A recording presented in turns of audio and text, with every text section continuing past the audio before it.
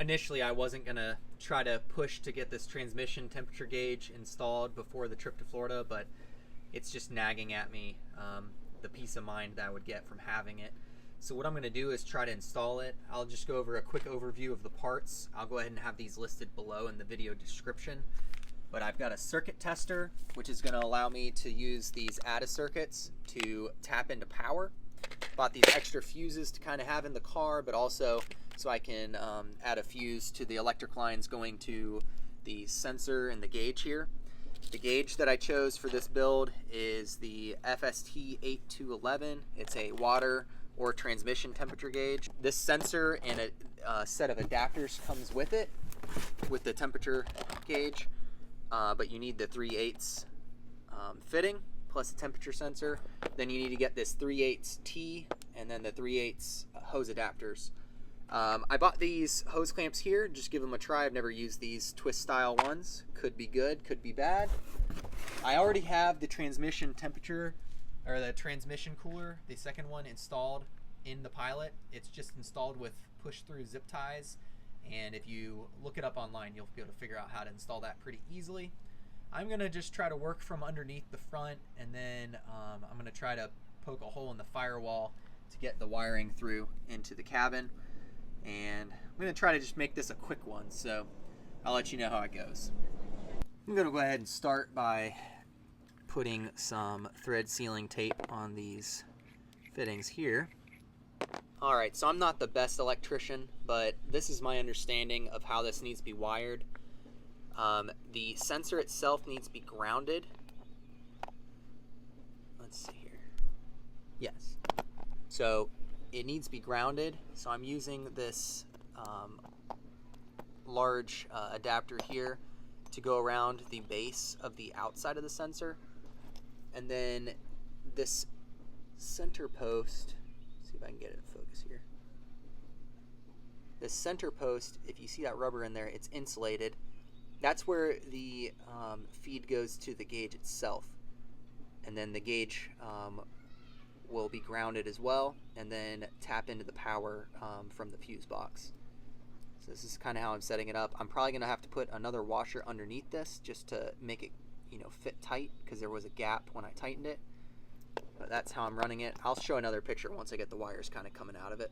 Okay, so I'm installing the ground. I just used another one of these crimp-on adapters here. So I'm going to just attach this here. This will go down to the grounding portion of the sensor. So for right now, just attach this like this. For right now, what I'd like to do is zip tie this to these grounding cables and just throw it down to the front. I'm just going to let it fall down the center, and it'll be just right there in arm's reach once we get under the car. Next thing I'm going to try to do is poke a hole in the firewall right here. Supposedly you can just take a hard wire and poke right through this grommet right here, and it'll go just down underneath the dash on the driver's side. So I'm going to try that right now. I didn't find any of my stiffer wire, so I'm actually going to just use a welding rod. So here's my welding rod poker, just duct taped to my wire. Let's see if I can get it to poke through that firewall and down where I need it. So my welding rod is right up here where my finger is. That's kind of where it comes out, right above there. My first attempt through the firewall didn't succeed, so now I've made a loop on this end and a loop on this end and fastened it with the duct tape. I'm gonna have to pull it a little harder, but we're really close. All right, so I'm trying to decide where to put this gauge, and I know someone has put it here in the past. I don't like how I can't see it through the steering wheel. For me, this spot right here is more visible. It's still kind of hidden by the steering wheel. And so anyways, so I felt behind here. There's nothing really behind here. Maybe a little bit that could interfere. But I pulled this just to see how hard it would be to take this piece off, and it comes out so easy. So I'm gonna get to work tracing the shape I need and starting to cut the hole.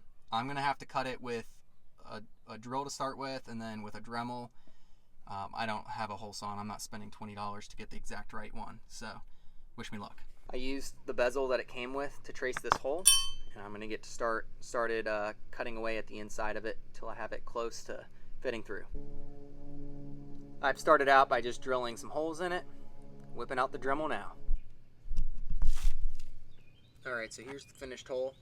I learned a valuable lesson. When you're using the Dremel, don't enter it from this side, because when you slip, it'll come down the face. I got a little scratch right there.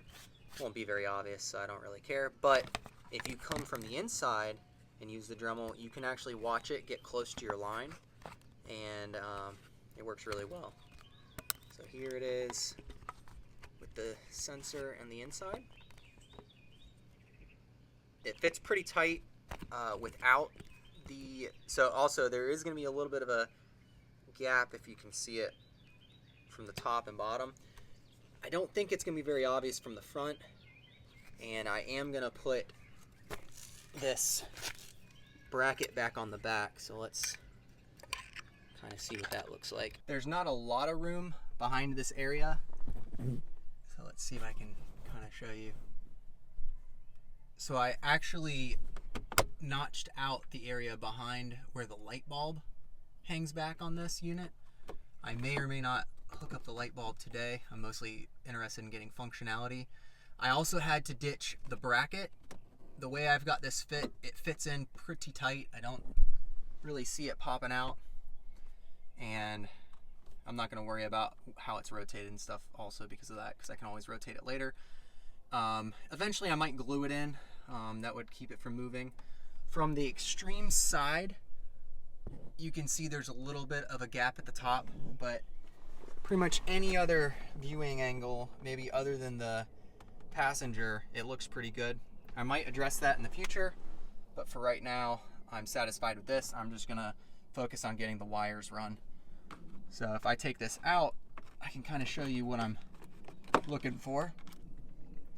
So for the unit itself, the spot that says S is for sensor. Negative, I need to ground to the body of the vehicle.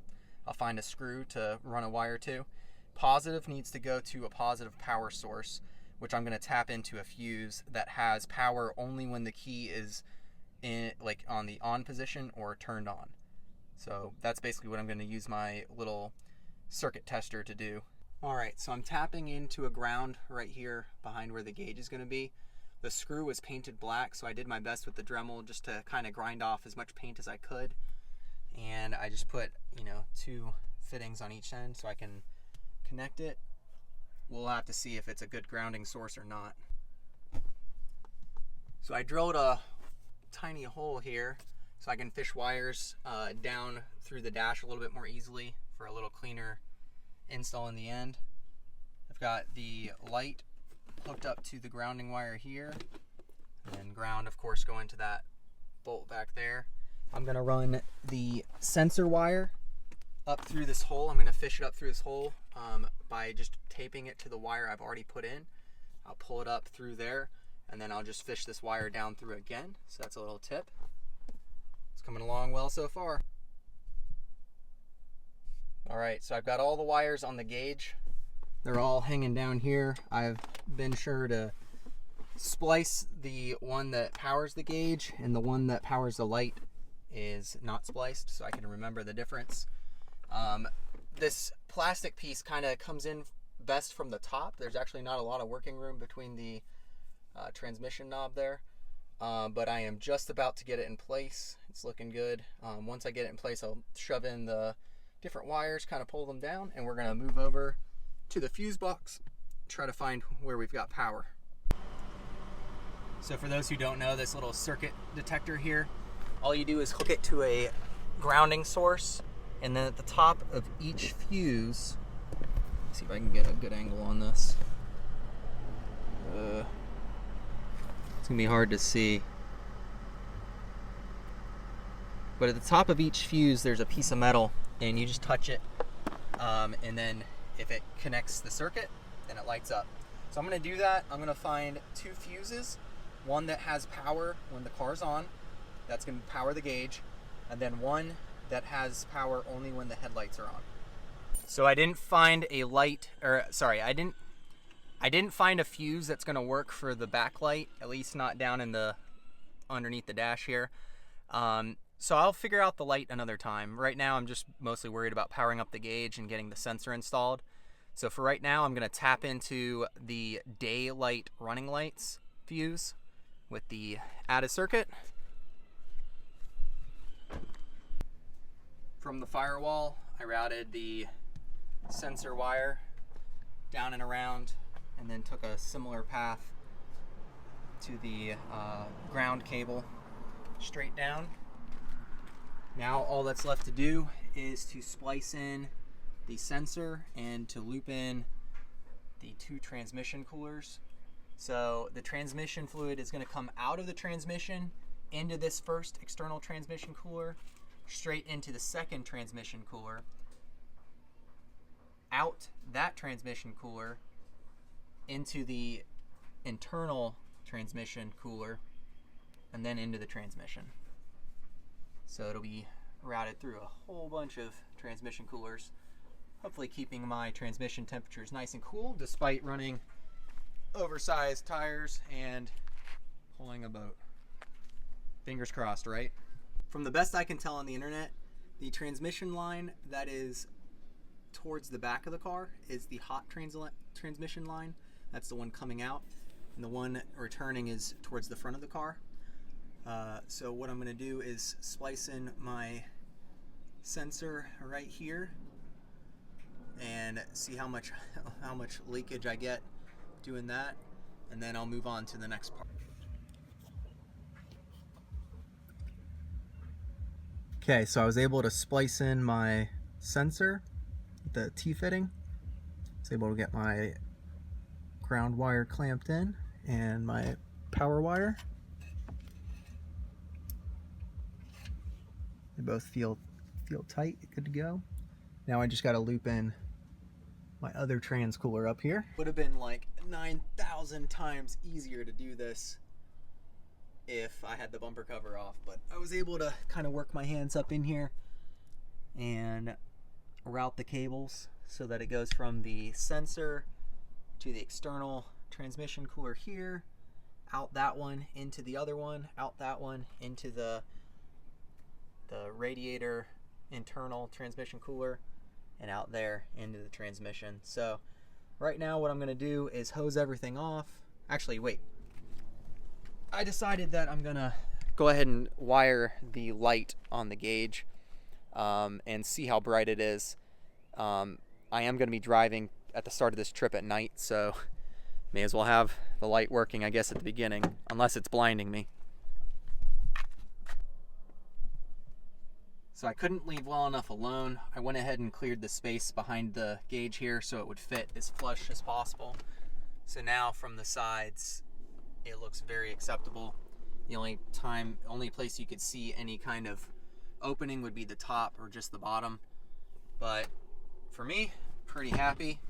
Again, I know it's not in the most ideal location with the steering wheel up, but it is better than this side from my point of view for visibility.